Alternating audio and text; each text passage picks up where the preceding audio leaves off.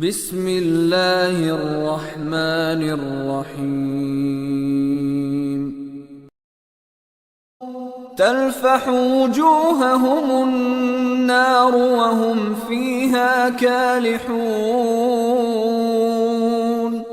ألم تكن آياتي تتلى عليكم فكنتم بها تكذبون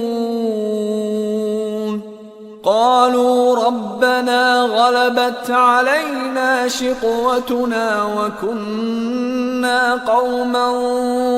ضالين